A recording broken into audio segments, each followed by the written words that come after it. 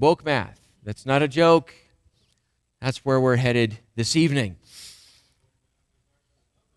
I know there's actual numbers there. Woke math doesn't get to numbers because it's not really about math, but we'll talk about that in a couple of minutes here. We've got a couple of good headlines. We don't often get a lot of news. I get done with these Tuesday nights, and people tell me two things. I'm really enjoying the book of Zechariah, and the first half of everything you do really makes me angry. So that's the feedback I get. Here's some good news before we get to the angry bits. Colorado Springs School District 11 dissolves its equity leadership team. This just happened in the last few days, maybe a week and a half or so. So the volunteer team was dissolved because the individual who was leading that department saw what was coming down the pipe, and it did actually happen. The D11 school board voted recently to eliminate the director of equity, inclusion, and diversity, their version of that kind of director. It had been an office that has existed for 2 years. They voted to not fund it next year. So it has disappeared from District 11. I first saw this headline, and I thought, does it really say what I think it says, or am I missing something? That really is what happened. In fact, I had a D11 school teacher email me a couple of days ago, and he made sure I knew about this, and he said, this is really good news for us. He said all the toxic stuff coming out of our District 2 teachers was all coming out of this particular department. So now it has been undone. If you want to read a magnificent example of advocacy journalism, read the Colorado Springs Business Journal version of this story. This is from the Gazette, and it's a nice just sort of piece of journalism, but the Colorado Springs Business Journal is clearly one-sided in this decision, and even the pictures they use in their article, very instructive, very instructive. And then LGBTQ, and this happens again not that long ago, a reference is removed from Colorado Social Studies standards for grades K through 3. Now, this was an interesting thing to figure out how this works. What do they mean by LGBTQ references? Well, inside of that social studies curriculum for those little kids were individuals who make special contributions to our community or special contributions to our culture and things like that. So in that social studies curriculum, there was a lot of teaching about people in the LGBT community who have advocated for gay rights, same-sex marriage, these sorts of things. So it wasn't directly people who have given something to our community or contributed something to our community, but they've contributed something to some advocacy programs, essentially. So the state of Colorado removed all of that from social studies curriculum in K through 3. So, hey, don't ever say I didn't give you any kind of good news, ever. You're welcome, and so much for that. Let's keep moving. The fun stuff doesn't keep you coming back, I guarantee you. It's the other stuff that keeps you coming back. I want to keep a couple things in mind as we talk a little bit more about woke education and talk specifically about critical theory and critical race theory in mathematics education, of all things. I want to talk a little bit more about how this version of education works. There is actually a theoretical title for this. There is a field of study to describe what we sort of colloquially call woke education. It's called critical pedagogy. So pedagogy is the theory or the science of how to teach and how students learn. You stick the word critical in front of it, and you're immediately inside of that critical theory universe. So everything changes when you start talking about critical pedagogy. Now, critical pedagogy comes to us in the English-speaking world in a really interesting way. There was a Brazilian educator in the middle of the 20th century. His name was Pablo Freire, and I had to work very hard on that last name.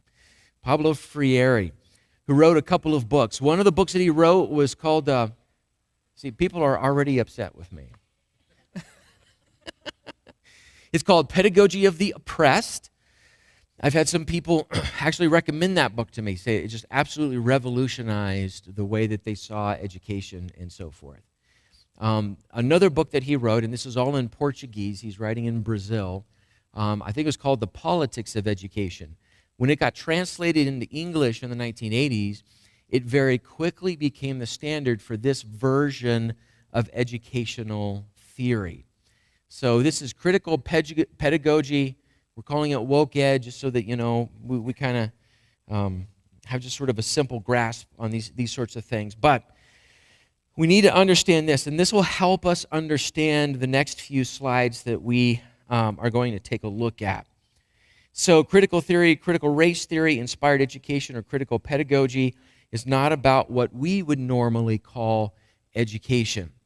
K through 3, you're learning certain things about how addition and subtraction works. You're learning certain things about vocabulary and language and maybe some history and social study. You're learning some basic things, and it just gets added onto and added onto. So at a certain point now, you're doing geometry and trigonometry, and you're doing Western Civ.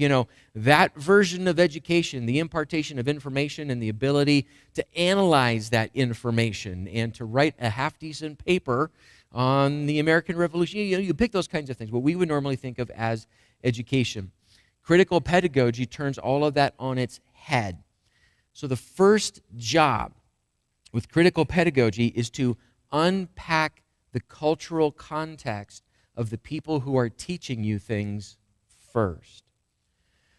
So the first thing you do, and there were other papers, I just chose not to give you screenshots because, again, this just could go on, on and on and on and on and on. We'll get some of this in some of the screenshots I did give you.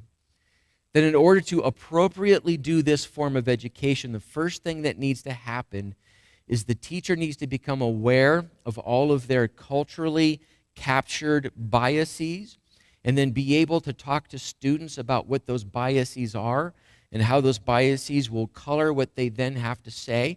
Teach those students then how to understand their intersectional biases and how those intersectional biases will help them understand or not understand what is actually going to be taught.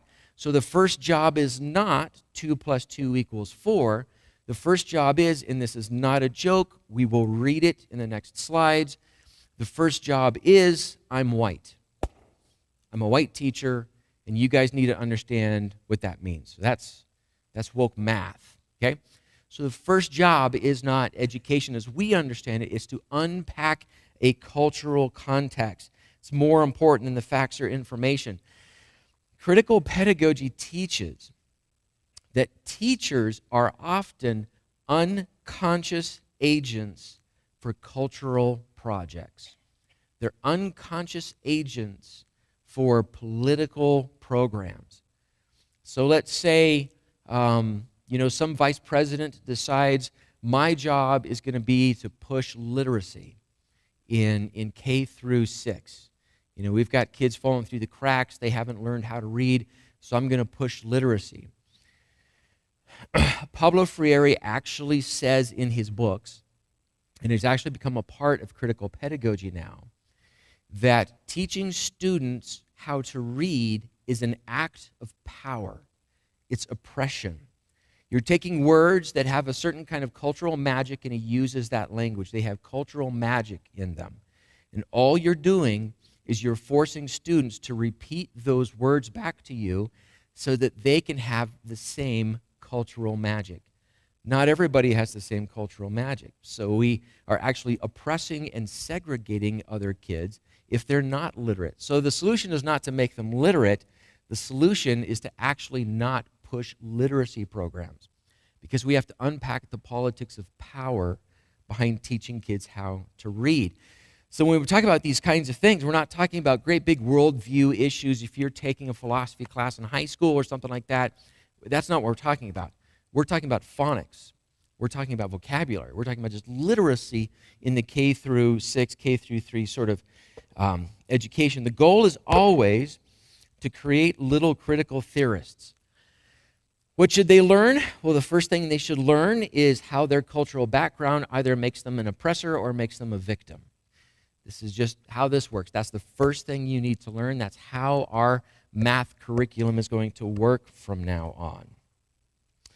You're going to find in this kind of stuff the language of dismantling, unpacking, white biases, white privilege, all that sort of stuff, the hidden structures of. So when you read this curriculum that some states produce and some schools use, when you read this curriculum about history or science or math, you're going to read very little about history, science, or math, but you're going to read this kind of stuff a lot. And so in the end, education is more about psychologizing teachers and students and not imparting knowledge. Well, where are you coming from, and how can we pull apart your biases so that we avoid white supremacy when we begin to teach math? So that's where we're starting with all this sort of thing. It strikes me, this kind of thing continues to strike me. We're going through the Gospel of John, and the language of truth is important to the Gospel of John. It's important to John the disciple when he writes his epistles. You go through stuff like this, and it strikes me more and more that this is a completely different approach to truth than the way truth and reality actually work. So truth presents itself to us, and we either see it or don't see it, or we discover it or we don't discover it. We don't create truth. We don't manufacture truth. Truth is not different from one group of people or another. There just is truth. So truth presents itself to us. But if we're going to go from the back door and we're going to dismantle that and we're going to assume that all truths have this culture of oppression behind them, so the truths of, and when I was in seminary, this was, we kind of thought it was funny. We thought, well, who would think these kinds of things? But it's become real now, that the laws of logic were white male patriarchy. Now, that would make us laugh as budding philosophers in seminary, because the reason they are laws of logic is that they're laws of logic. They are the logical equivalent of the sun rising in the east. They just are. Aristotle didn't make them, he just expressed them. He discovered them and expressed them, and you learn them. Oh, actually, these apply everywhere all the time, okay? I don't care if you call it the east or the sun, that's where the sun is always going to rise. We thought it was funny that they would talk about, well, that's white male patriarchy, the laws of logic. And we've gotten to the point now where math itself in elementary school is considered the same kind of thing. So, sorry, Meg. Bam, there we go. I give you all kinds of little words. Here are some of these words, though. So, K through 12 Math Ethnic Studies Framework, Seattle Public Schools, 2019. I don't know. I read this stuff and I just kind of this is a kick. So I'm not going to read all of this to you, but I want you to you can flip through some of this a little bit here. But notice on the left-hand column down at the bottom underneath learning targets. By the way, there's nothing in here about math. There's everything in here about culture in math or history in math or your discovery of your role in the world of math, but nothing in here about math. Down here under learning targets, the name of the curriculum, one of the targets is to create counter-narratives about the origins of mathematical knowledge. I don't know. I honestly don't know, but that's one of the targets. Okay, then under power and oppression with math, the ways in which individuals and groups define mathematical knowledge so as to see quote-unquote Western mathematics as the only legitimate expression of mathematical identity and intelligence. And notice this language of identity. It's actually in this document several times, the language of identity. That they're not just talking about math, they're talking about culture and your personal identity, and how if you're not a certain kind of culture, you've been oppressed by another person's identity because of math, right? This definition of legitimacy is then used to disenfranchise people and communities of color. This erases the historical contributions of people and communities of color. Again, does not do what that last sentence says unless you're not talking about math. You're talking about something else. And something else, and again, this is just Phil talking here, something else that's under the surface in this document and other documents and curriculum like this is that if you come from a community of color, if you're a person of color, you probably can't do math good. History and resistance and liberation. We have to talk about resistance and liberation in math. And then over here on the far right-hand side, reflection and action. We've talked about this from time to time. The goal of critical theory is to create little critical theorists. You're only a true critical theorist if you actually do something. You rise up in the streets, you protest, you community organize, you X, Y, and Z. You really haven't gotten it until you've done something. Student action is defined by ethnic studies as fostering a sense of advocacy, empowerment, and action in the students that creates internal motivation to engage in and contribute to their identities as mathematicians. Students will be confident in their ability to construct and decode mathematical knowledge, truth, and beauty so they can contribute to their experiences and their experiences of people in their community. Ability to construct and decode mathematical knowledge. Okay? So it's just, whoo! I didn't see anything in there about algebraic equations, but this is math and ethnic studies. This is critical pedagogy. This is how the Seattle Public School System handles this version of math. This has been created by the state of California. The date there says May of 2021. So this isn't in every California school, but the state has created it. And so this is going to become a part of education inside of some schools K through 12. A pathway to equitable math instruction. So hopefully some of you are growing sensitive to just the vocabulary. You get that word equitable, and immediately something inside of you should go, ugh, I want to know what you mean by that word. Dismantling racism in mathematics instruction. Exercises for educators to reflect on their own biases to transform their instructional practice.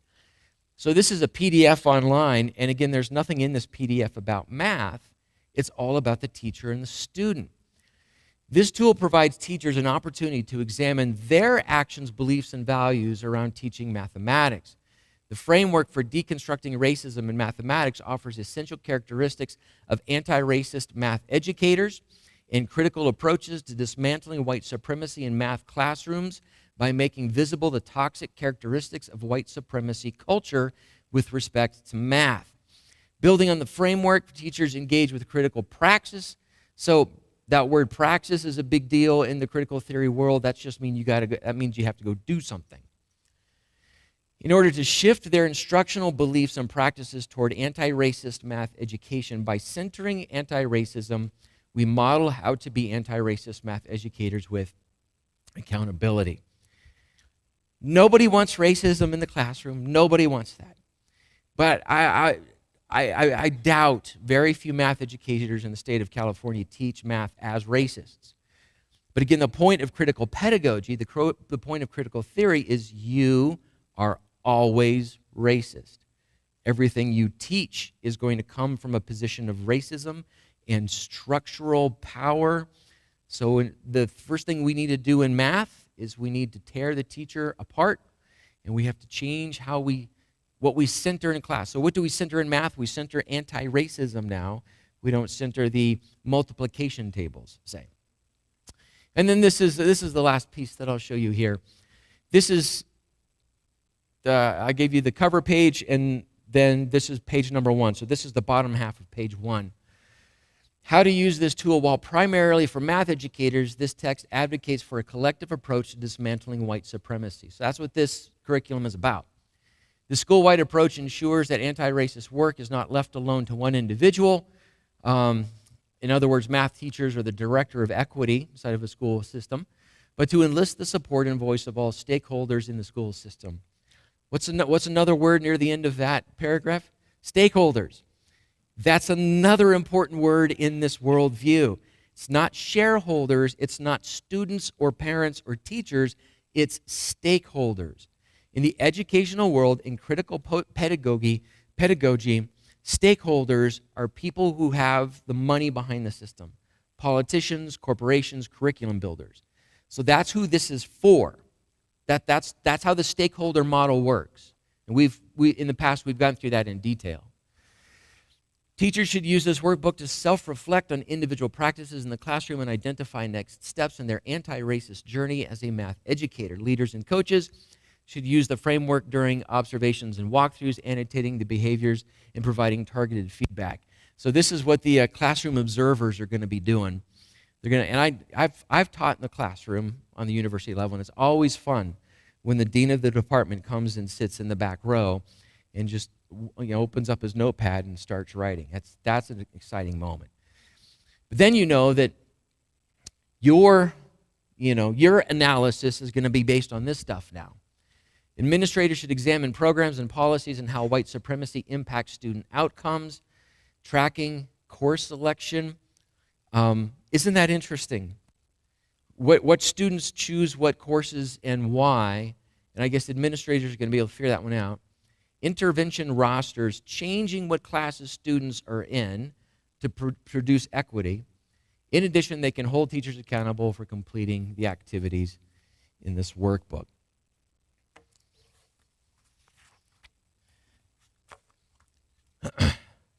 Sounds like fun, doesn't it? So I'm glad District 11 changed that particular program of theirs. This critical theory worldview is all the way down. It's all the way through. The image I've used from the beginning is that this worldview is not trying to fix some things around the margins, tie up some loose ends that no one's really gotten a handle on yet. They're trying to get to the very core of a worldview and change things from the inside out. And you might think, we might have thought a few years ago, well, things like science and math, the STEM courses are sort of safe from this kind of model, where this model is like a virus. It touches everything, and it changes, when it gets inside of it, it changes everything inside of that system. So, again, nobody wants racism, but this is the wrong way of dealing with it. And it's the change of educational values altogether. All right, so some good news and some exciting news in the world of woke education and math.